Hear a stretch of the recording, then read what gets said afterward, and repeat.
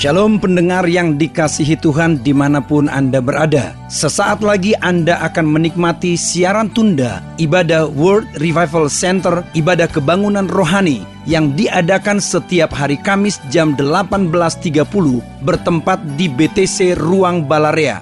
Dalam ibadah ini kesembuhan selalu terjadi, dalam ibadah ini pengurapan selalu dicurahkan. Api Roh Kudus dicurahkan sehingga banyak orang mengalami pemulihan, mengalami kelepasan dan mengalami kesembuhan serta menerima berkat Allah yang luar biasa. Kami mengundang Anda untuk hadir dalam ibadah World Revival Center setiap hari Kamis pukul 18.30 bertempat di BTC Fashion Mall, lantai P1 Ruang Balarea. Selamat menikmati siaran tunda ini. Tuhan Yesus memberkati. Gimana kabar Bapak Ibu Saudara? Kuat, makmur, panjang umur, awet muda, diberkati Tuhan. Amin. Boleh sekali lagi tepuk tangan buat Tuhan. Amin. Silakan duduk saudara. Amin. Hari Minggu kemarin saya membuka dengan satu kata, memento mori. Sama-sama katakan. Ada guratan M di tangan kanan, ada guratan M di tangan kiri. Bapak-bapak gereja menemukan, khususnya kelompok Trapa, bahwa itu adalah memento mori. Nah saudara, setiap kali kita mengangkat tangan, setiap kali kita melihat tangan kita, untuk mengingatkan kepada kita, untuk kita tidak sombong. Sebab kata memento mori artinya, ingat akan hari di mana Tuhan panggil saudara. Atau bahasa lainnya, kita semua pasti mati. Dan gak ada yang abadi, semua akan hebel atau menguap, lenyap. Entah itu jabatan, entah itu harta, entah itu kedudukan, apapun termasuk diri kita. Pengkhotbah berkata sia-sia, tapi sebenarnya artinya bukan sia-sia, menguap. Kalau semua itu tidak abadi, kenapa kita mencari menguber yang abadi? Maka Tuhan berkata dalam Matius 6 ayat 24, kamu gak bisa mengabdi kepada yang abadi dan yang tidak abadi. Sebab Anda akan lebih mengasihi yang satu dibanding yang lain.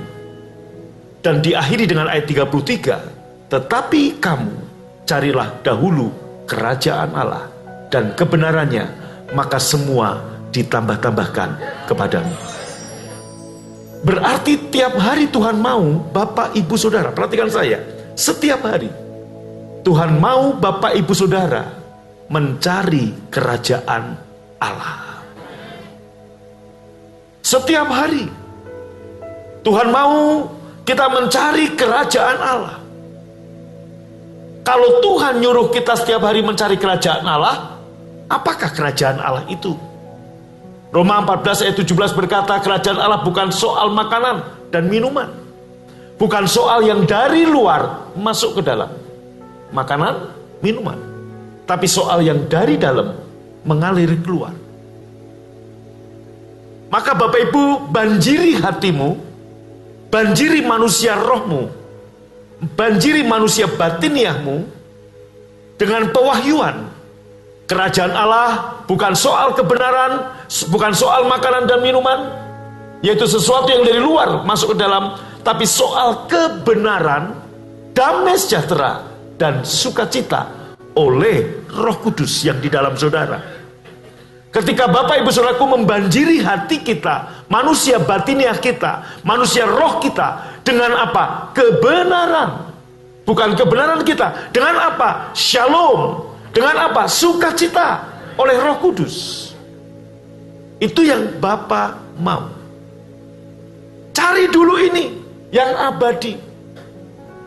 Maka Bapak Ibu saya percaya niscaya semua yang tidak abadi tadi, harta, promosi, jabatan, semuanya ditambah-tambahkan ketika kita tidak mencari itu, tapi mencari kerajaan Allah. Tetapi ketika kita mencari yang tidak abadi, itu akan hebel, lenyap. Bahkan engkau pun juga akan lenyap. Nah, Pak, Bu, kejadian yang sedang heboh di Indonesia, banyak yang bertanya kepada saya, anggota gereja lain, apakah pembunuh dari Bribjo ini diampuni atau tetap bisa selamat masuk surga? Bahkan komunitas pingpong saya yang mayoritas bukan non-Kristen tanya ke saya, Pak, bukankah bapak-bapak polisi yang saling tembak-menembak ini orang Kristen? Iya. Dalam iman Kristen, apakah ada pengampunan dari Tuhannya orang Kristen? Katakan si X yang menembak, si X yang membunuh, apakah si X ini bisa selamat? Saudara, menjawab pertanyaan ini sebenarnya mudah. Bukankah dua penjahat di sebelah kiri kanan Yesus, dua-dua juga pembunuh, dua-dua juga penjahat, dua-dua adalah penjahat kaliber. Kenapa? Sebab hukuman yang paling berat saat itu untuk penjahat yang terberat adalah hukuman mati dengan cara disalib. Yesus dianggap lebih berat daripada kesalahan Yesus, daripada dua yang terpidana mati itu. Maka salib Yesus bukan ditali, tapi dipakukan. Saudaraku, dua terpidana ini, apakah diampuni Tuhan? Ya, kalau minta ampun. Maka satu orang minta ampun, tolong aku Tuhan, aku orang berdosa. Selamat, iya. Yesus berkata, hari ini juga kamu bersama-sama dengan aku di Firdaus. Tapi kepada satu pembunuh lagi yang tidak minta ampun dan mengakui Yesus Tuhan, hilang lenyap. Udah jelas jawabannya. Sebab ada kasih yang lebih kuat dari dosa. Doa saya, jika semua yang terlibat dalam kasus ini mendengar khotbah saya, saudaraku, ada konsekuensi di dunia hukum, iya, dipecat, bahkan mungkin hukuman mati seperti dua terpidana tadi. Tetapi ketika semua orang, bahkan hukum, pemerintah tidak berpihak pada Anda, ketika Anda datang pada Tuhan, Tuhan tetap berpihak pada Anda. Sekalipun mungkin hukuman yang dijatuhkan oleh hakim, hukuman mati buat si X yang membunuh Brigadir Jo, no problem. Itu konsekuensi hukum yang harus ditanggung ketika Anda melakukan kesalahan. Maka kasih karunia bukan lisensi untuk buat dosa, tapi kasih karunia justru kekuatan untuk kita mengalahkan dosa. Pak, Bu, pembunuhan pertama manusia itu adalah Kain membunuh Habil. Itu pembunuhan pertama, pembunuhan di zaman purba. Tahukah Anda, sebelum Kain membunuh Habil, dosa apa sih Kain? Sombong. Kesombongan awal kehancuran. Kesombongan akar segala dosa. Pak, Bu, kenapa Kain sombong? Dalam Kejadian 4 ayat 7 di bahan ada. Inilah dosa Kain. Kita baca, saudaraku, mukamu tentu memancarkan sukacita apabila kamu, sama-sama baca, melakukan apa yang benar yang seharusnya kau lakukan. Kain hanya melakukan apa yang baik. Sama seperti banyak manusia hari ini melakukan apa yang baik. Beribadah baik, beragama baik, melakukan perbuatan baik itu baik, amal itu baik. Tetapi Kain tidak melakukan apa yang benar. Saudaraku, arti kata Kain sendiri bagus. Artinya apa? Aku mendapat anak laki-laki karena pertolongan Tuhan. Aku dapat kasih karunia, dapat anak laki-laki. Adam dan Hawa memberi nama anaknya Kain, itu bagus. Kemudian beberapa waktu kemudian Hawa melahirkan Habil. Mereka bertumbuh kakak adik, dari kanak-kanak, remaja, dewasa, dan dua-dua kemudian saudaraku punya profesi, yang satu petani, yang dua peternak. Tentunya karena mereka adalah keturunan pertama dari manusia pertama. Adam dan Hawa sebagai orang tua menceritakan kepada mereka apa yang mereka alami sehingga terusir dari Taman Eden. Pak Bu, Adam dan Hawa melakukan dosa yang sama, yaitu apa? Kesombongan. Terusir dari Taman Eden, dan Adam dan Hawa nggak tahu bagaimana cara menutup aib, bagaimana cara menutup dosa, bagaimana cara menutup ketelanjangan mereka. Maka Adam dan Hawa melakukan atau membuat agamanya sendiri, yaitu apa? Apa yang baik dalam pandangan mereka. Yaitu apa Bapak Ibu? Mereka ambil tumbuh-tumbuhan, mereka ambil daun-daunan, mereka tutupi semua aib, semua ketelanjangan, semua dosa. Lalu mereka bersembunyi ketika ada langkah kaki Allah. Allah bertanya, Adam, di mana engkau? Adam berkata, ketika aku mendengar engkau ada di taman ini, aku menjadi takut, lalu aku bersembunyi karena aku telanjang. Saudaraku, kata takut pertama tercatat di Alkitab di situ. Ketika apa? Dosa sudah masuk, maka takut. Tahukah Anda seorang bayi yang baru lahir, dia hanya punya dua ketakutan.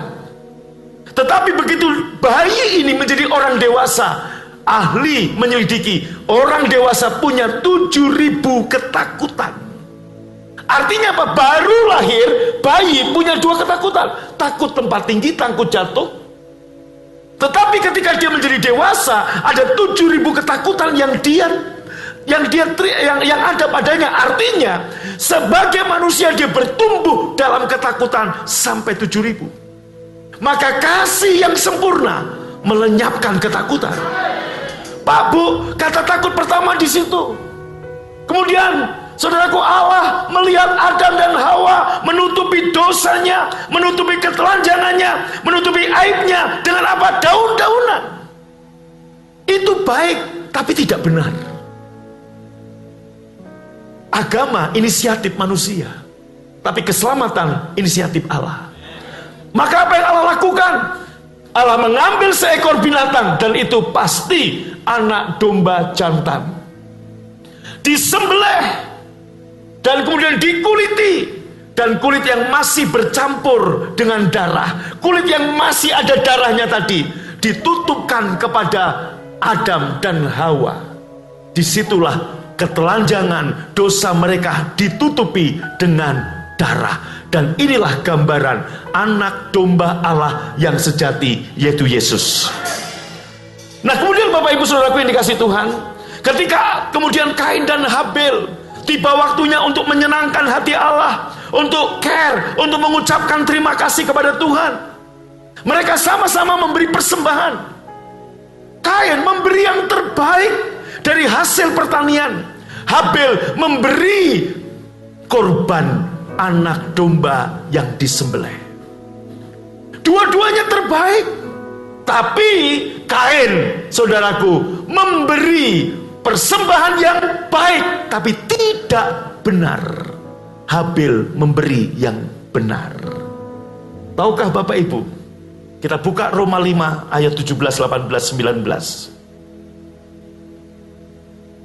Sebab jika oleh dosa satu orang, maut telah berkuasa oleh satu orang itu, maka lebih benar lagi, ingat baik-baik, Kain menjadi orang berdosa karena Adam. Kita menjadi orang berdosa karena Adam. Oleh karena dosa Adam, kita menjadi orang berdosa.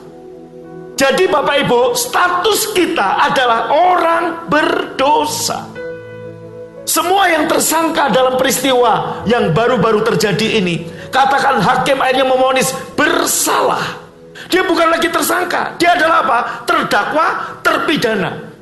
Katakan satu atau dua orang yang terpidana nanti di penjara.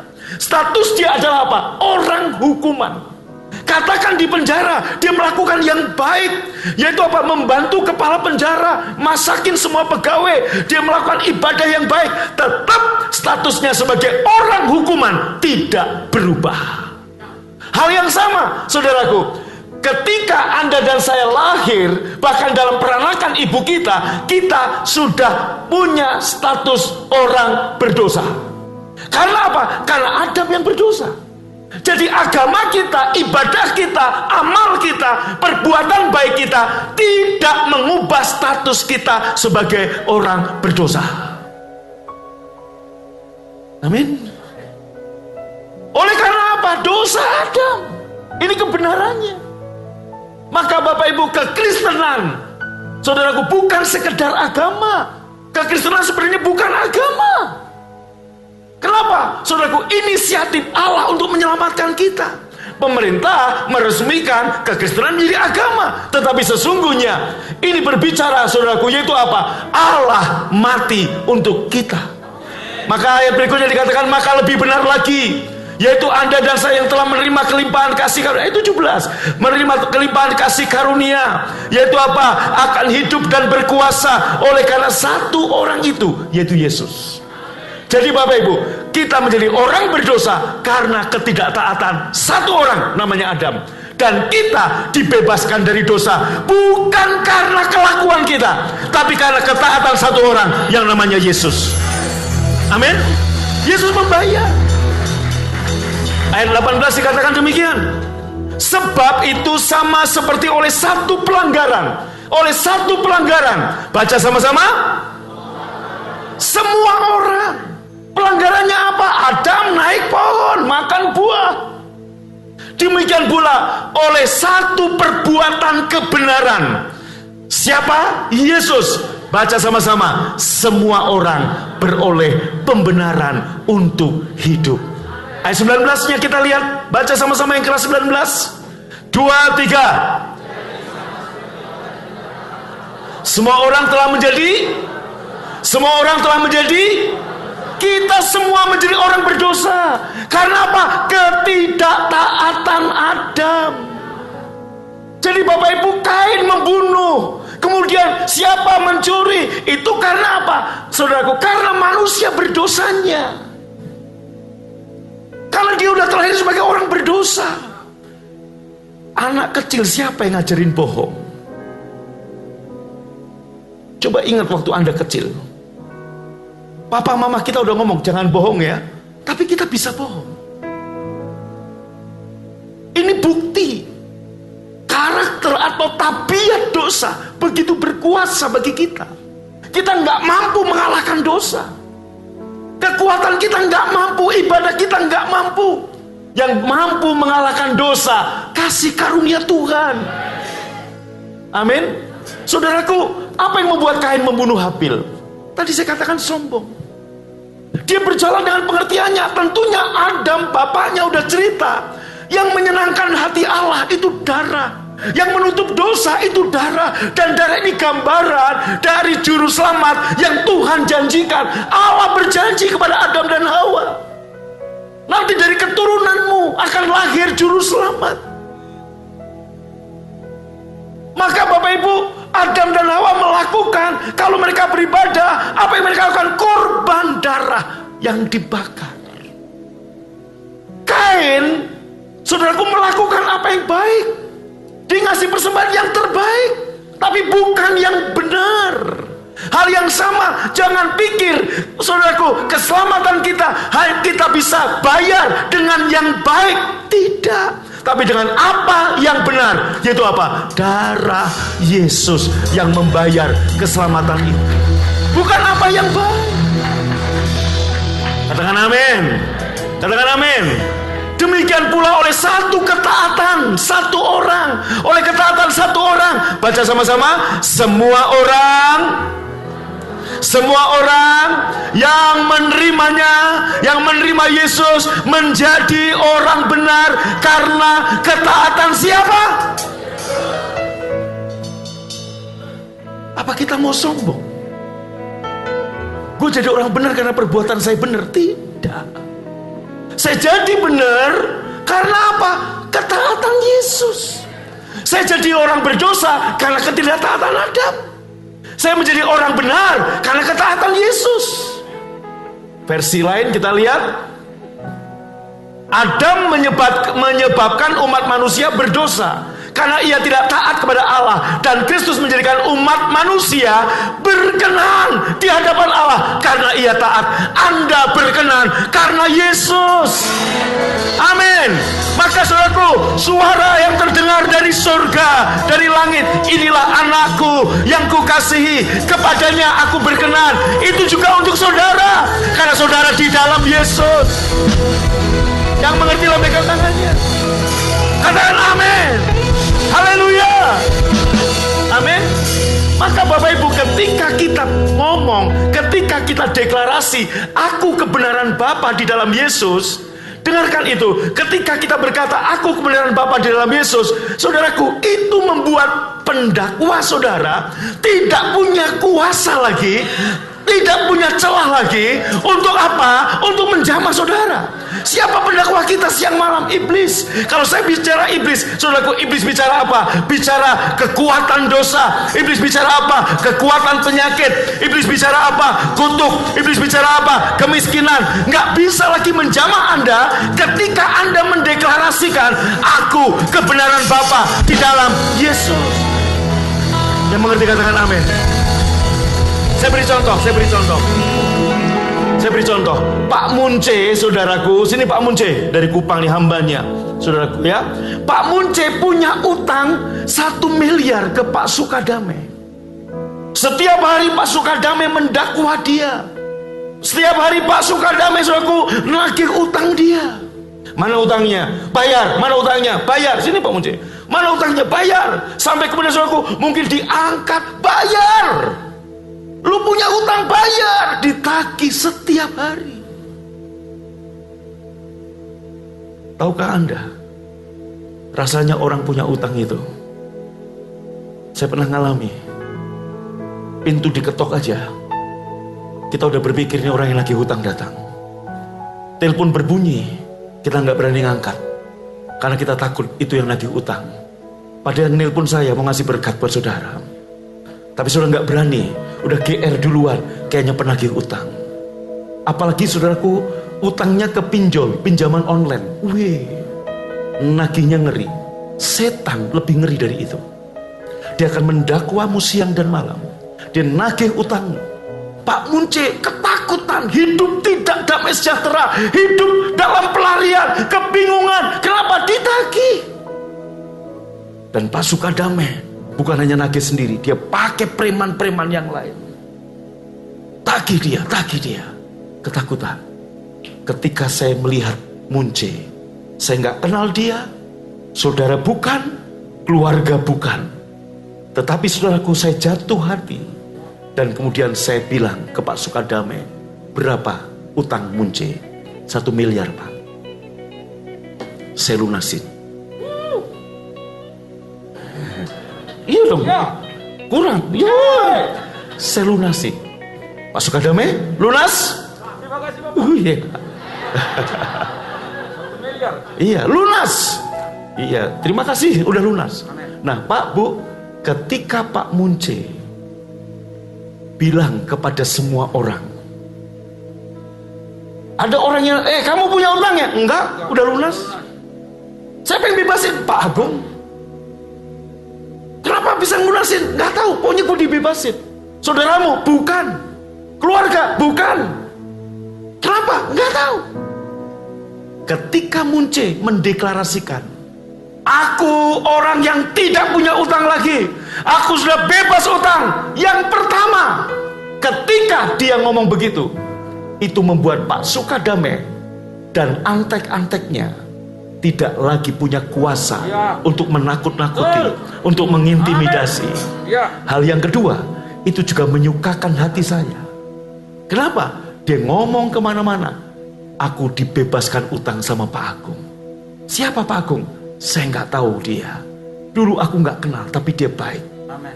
Ketika orang dengar Agung baik, Anda ketemu saya, saudaraku, mendengar dari Munce, Agung baik, timbul kepercayaan dari Anda. Hal yang sama ketika kita berkata, aku kebenaran Bapa di dalam Yesus. Setan nggak punya celah untuk mengintimidasi Anda. Setan nggak punya celah untuk nagih utang Anda. Setan nggak punya kuasa untuk mengobrak-ngabrik Anda. Dan yang kedua, itu menyukakan hati Allah karena Anda menghargai pengorbanan Allah. Aku kebenaran Bapa dalam Yesus. Ketika kita berkata seperti itu, aku kebenaran Bapa di dalam Yesus, orang akan nanya, apa yang kamu lakukan sehingga kamu jadi kebenaran Bapa di dalam Yesus? Yesus yang membayar utangku. Dia apamu? Aku nggak tahu. Apa yang kamu lakukan? Nggak ada yang aku lakukan. Terus apa yang Yesus lakukan? Dia menggantikan hukuman. Dia membayar utangku di kayu salib. Hal yang sama, saudaraku. Itulah yang disebut kasih karunia. Bukan upaya kita, bukan kerja kita, kenal juga Anda, tapi dia mau menyelamatkan Anda, mau menolong Anda. Katakan, aku kebenaran Bapa di dalam Yesus. Ketika Anda mengucapkan terus, membanjiri hati Anda, manusia roh Anda, dengan berkata, aku kebenaran Bapa di dalam Yesus. Dengarkan, engkau akan melihat status Anda, perilaku benar akan mengalir dari dalam keluar. Kerajaan Allah bukan dari sini ke sini, tapi dari sini mengalir keluar. Amin, saudara. Yang mengerti tepuk tangan buat Tuhan. Haleluya. Maka Bapak Ibu, banjiri ini hati saudara dengan pewahyuan. Ketika Anda bilang, aku kebenaran Bapa di dalam Yesus. Yang pertama, membuat iblis yang nagih utang Anda nggak punya otoritas, nggak punya kuasa, nggak punya celah. Yang kedua, tanpa secara tidak langsung Anda sedang memberitakan kebaikan Tuhan. Kenapa? Aku kebenaran Bapa dalam Yesus. Apa yang lu buat? Nggak ada. Itulah kasih karunia. Bukan diberikan bukan karena upah, diberikan bukan karena jasa, diberikan bukan karena dia baik, kenal juga enggak. Itulah kasih karunia. Amin. Berikutnya kita lihat. Ini 19 tadi 19. Adam menyebabkan kita berdosa karena Adam tidak taat. Kristus menjadikan kita umat yang berkenan. Kenapa seringkali kita masih mengakui dosa yang sudah dibayar? Kenapa kita masih sadar dosa daripada sadar kasih Allah? Kenapa kita lebih sadar penghukuman daripada sadar kasih Tuhan? Pak, Bu, menjawab pertanyaan yang jemaat tanya maupun non-Kristen bertanya, diselamatkankah pembunuh Brigadir Jo? Diampunikah? Yang jelas ada kasih yang lebih kuat dari dosa. Yang kita doakan kepada yang tersangka ini adalah supaya mereka tabah, kuat, tidak terintimidasi oleh iblis. Sebab ketika mereka mengambil keputusan bunuh diri, hilang. Tapi ketika mereka balik kepada Tuhan, Tuhan ampuni aku orang berdosa, aku membunuh. Tuhan mengampuni. Tuhan gak memperhitungkan. Enak Pak, betul. Tapi konsekuensi dari kesalahan dan dosa yang dia lakukan, mereka tanggung di bumi ini. Sebab kita ada di negara hukum. Hukum mengatur. Entahkah penjara seumur hidup, entahkah hukuman mati, entahkah 15 tahun. Tetapi saudaraku, ketika mereka terus memandang siapapun, mau 3, 4, 5 yang tersangka, siapapun, katakan saudaraku mereka membunuh dengan sangat kejam dan sangat jahat. Pak, Bu, bukan hak kita menghakimi mereka. Dengar ini, bukan hak saudara, siapa Anda? Kita menghakimi Irjen FS,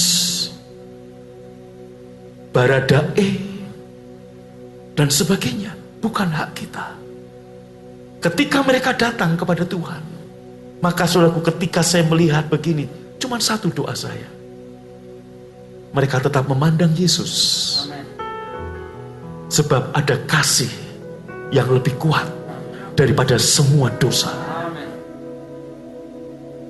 Doa kita, Pak, Bu,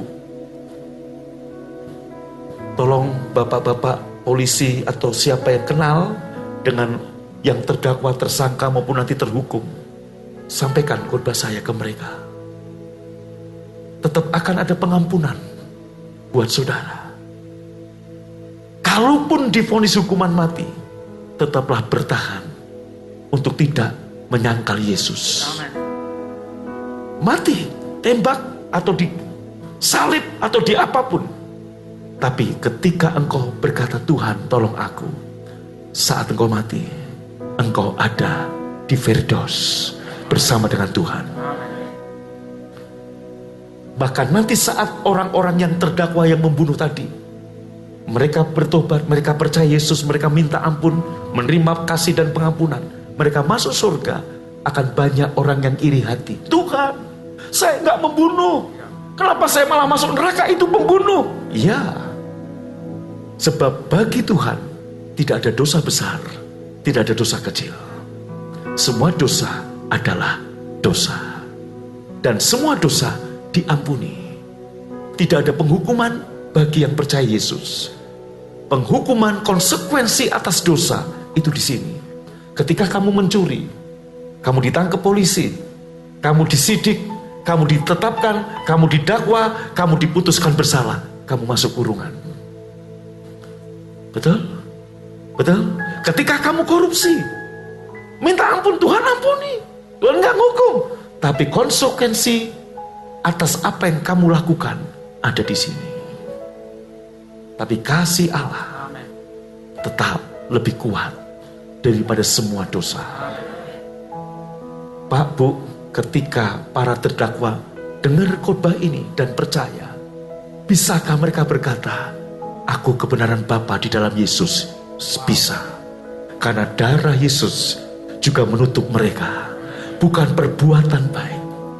Kain melakukan apa yang baik, tapi tidak melakukan apa yang benar. Orang beribadah baik. Anda pergi ke Yerusalem, umroh ke Yerusalem, setahun 30 kali, baik. Tapi itu tidak menyelamatkan saudara. Yang menyelamatkan saudara ketika hatimu percaya dan mulutmu mengaku, aku butuh Engkau Yesus, aku orang berdosa, ampuni aku. Hari ini juga engkau ada bersama-sama dengan Tuhan di Firdaus. Jangan amin, bukan hari ini di Firdausnya, nanti. Jangan hari ini. Kalau dihukum mati hari ini. Tapi yang jelas kapanpun Anda dipanggil Tuhan, percaya Firdaus ada bersama dengan saudara. Christ in you. Amin. Kalau kita memandang dengan kasih karunia, nggak ada penghakiman. Pak, Bu, mungkin di luar pulau dengar khotbah saya. Seorang hamba Tuhan ngomong ke saya, Pak, saya sama pendeta besar udah diginiin loh Pak, mau dipukul loh Pak. Ada videonya lah Pak. Respon saya cuma diam. Saya nggak nanya, mana videonya? Saya mau lihat, kirim ke saya. Kak, saya hanya, kenapa? Kasihan. Tetapi ketika kita merasa lebih baik dari orang lain, kita akan judge dia. Kita akan menghakimi dia. Pak, Bu,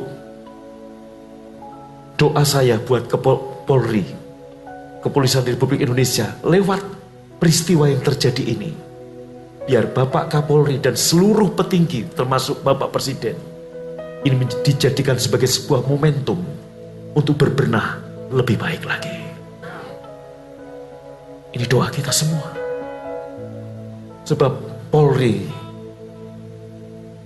milik rakyat, dari rakyat, untuk rakyat. Jangan ikut-ikut seperti netizen yang lain, judge ke siapapun. Kita ikut berbelasungkawa kepada keluarga Brigadir Yosua. Tapi kita juga ikut empati kepada setiap pelaku-pelaku yang ada. Tapi yang jelas, Bapak Ibu Saudara, kasih Tuhan tetap ada buat mereka. Hari ini kita mengerti. Amin. Amin. Kita ngerti Tuhan mengampuni mereka ketika mereka datang minta ampun. 2 orang pembunuh sebelah kanan, sebelah kiri. Yang satu berkata, ingatlah akan aku jika engkau datang sebagai raja. Itu bicara tentang pengakuan Yesus Tuhan. Tuhan mengampuni dia. Semua dosa dia mungkin membunuh berapa puluh kali, selesai.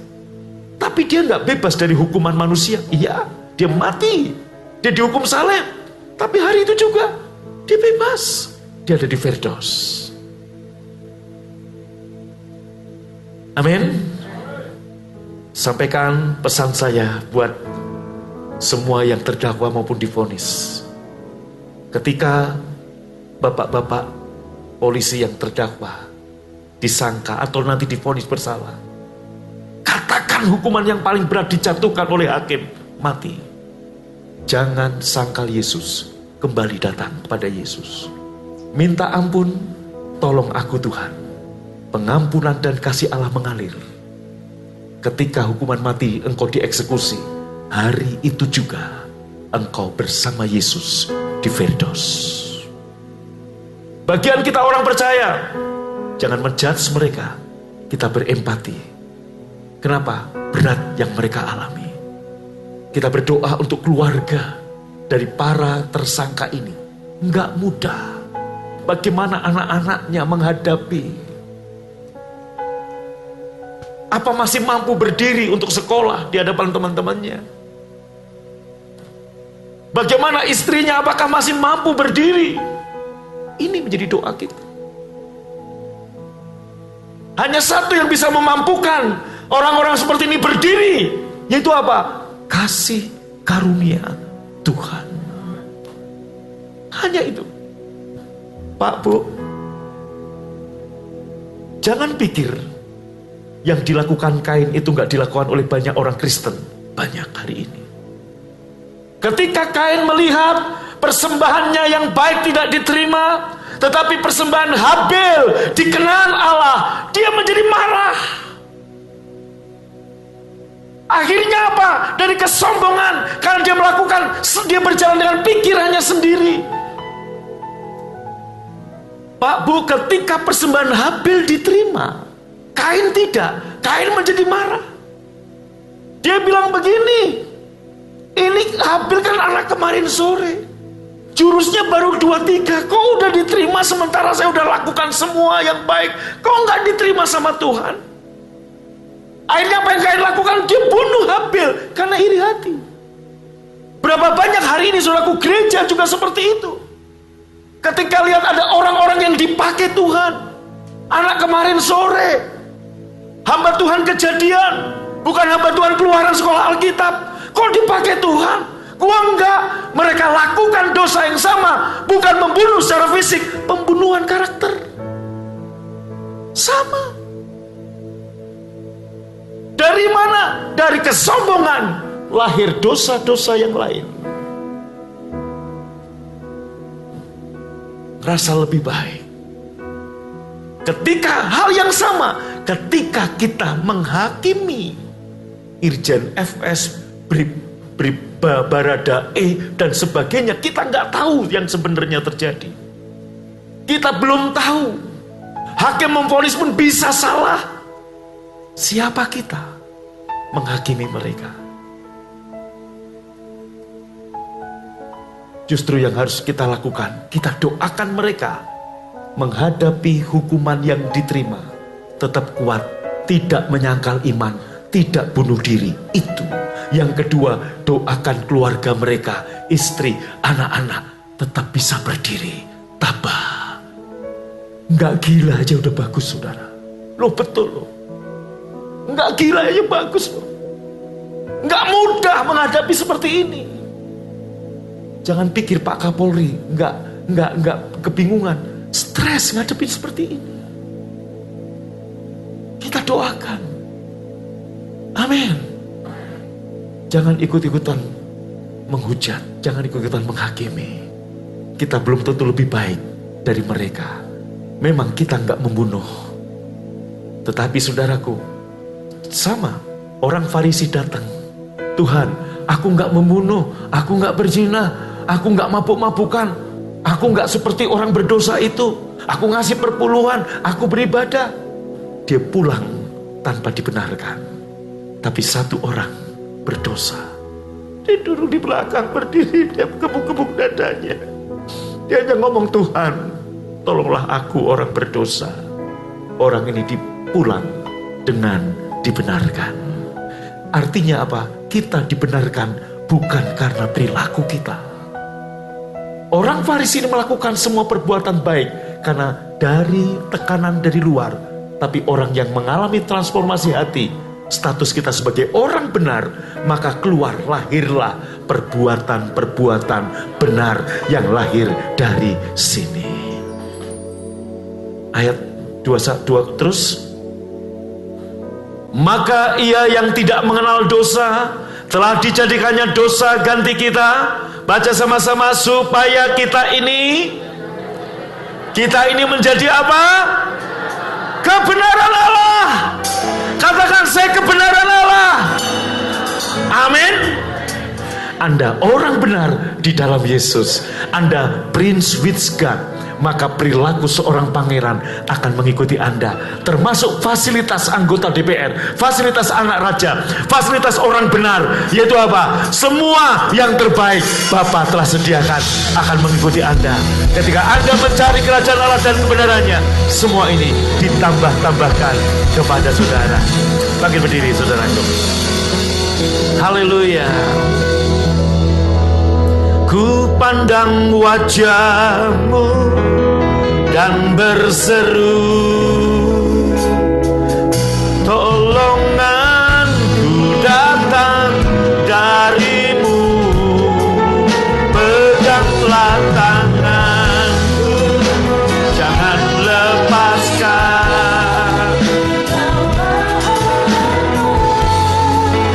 Dalam hidup, mari angkat tanganmu, katakan, ku pandang wajah-Mu dan berseru, pertolonganku datang dari-Mu, peganglah tanganku, jangan lepaskan.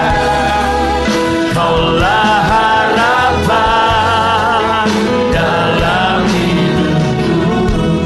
Haleluya. Katakan,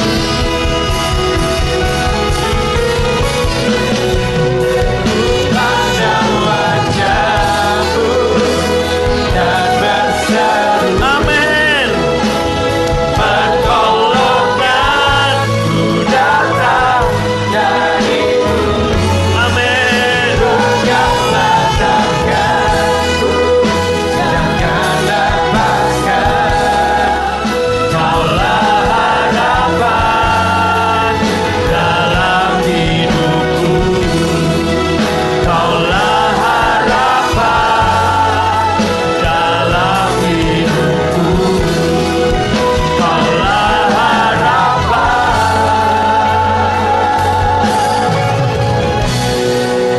dalam hidupku. Haleluya. Bapak Ibu, mari angkat roti dengan tangan kanan kita. Yesus mengambil roti. Engkau melihat ada tangan yang berlubang paku, lambung yang tertikam.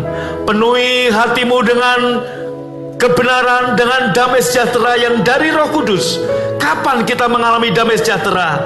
ketika engkau melihat karyanya sudah sempurna, lambungnya yang tertikam, tangannya yang berlubang paku, menunjukkan karya penghapusan hutang sudah selesai. Ketika orang menagih hutang Anda tunjukkan. Ketika setan menagih hutang Anda, tunjukkan salib. Yaitu apa? Surat hutangmu sudah dipakukan di kayu salib. Aku kebenaran Bapa di dalam Yesus. Yang percaya ini tubuh Yesus yang terpecah-pecah, ambil dan makan dalam nama Yesus.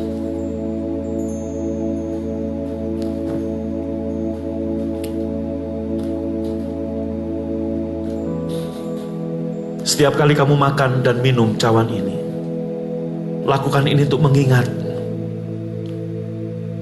akan karyaku yang sempurna. Ini yang Yesus katakan kepada kita. Yang percaya ini darah Tuhan Yesus. Ambil dan minum dalam nama Yesus.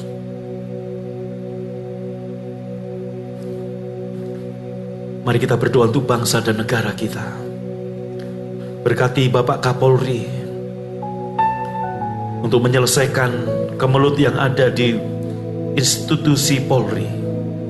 Beri roh hikmat kebijaksanaan dan dijadikan sebagai momentum untuk membenahi Kepolisian Republik Indonesia.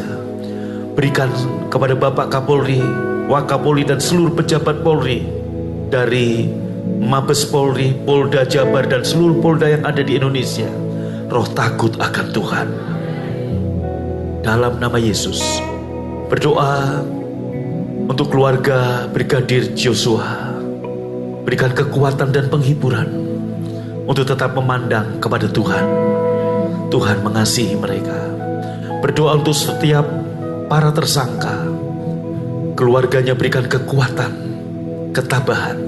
Untuk semua yang tersangka, Tuhan, aku berdoa untuk mereka kembali memandang kepada Tuhan Yesus. Hati mereka tetap kuat. Kalaupun ada vonis hukuman seumur hidup atau bahkan hukuman mati, tidak satupun dari para tersangka ini menghabisi nyawanya dengan cara bunuh diri. Berikan kekuatan untuk menahan, untuk menerima semua konsekuensi yang ada.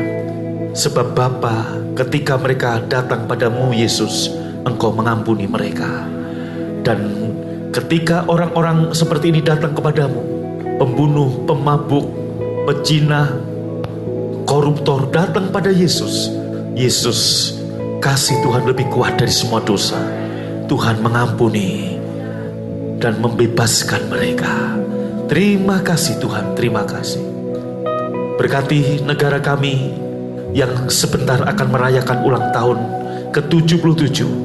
Berkati dari Bapak Jokowi sampai aparat yang di daerah, TNI, Angkatan Darat, Laut, Udara, semua ASN, semua pejabat Departemen Kehakiman, Pengadilan, Kejaksaan, semua. Tuhan, aku berdoa, berikan roh takut akan Tuhan. Semua gereja-gereja yang ada di seluruh Indonesia, bangkitkan kembali. Terima kasih Tuhan. Jauhkan dari kami, hati yang sombong, hati yang cinta uang.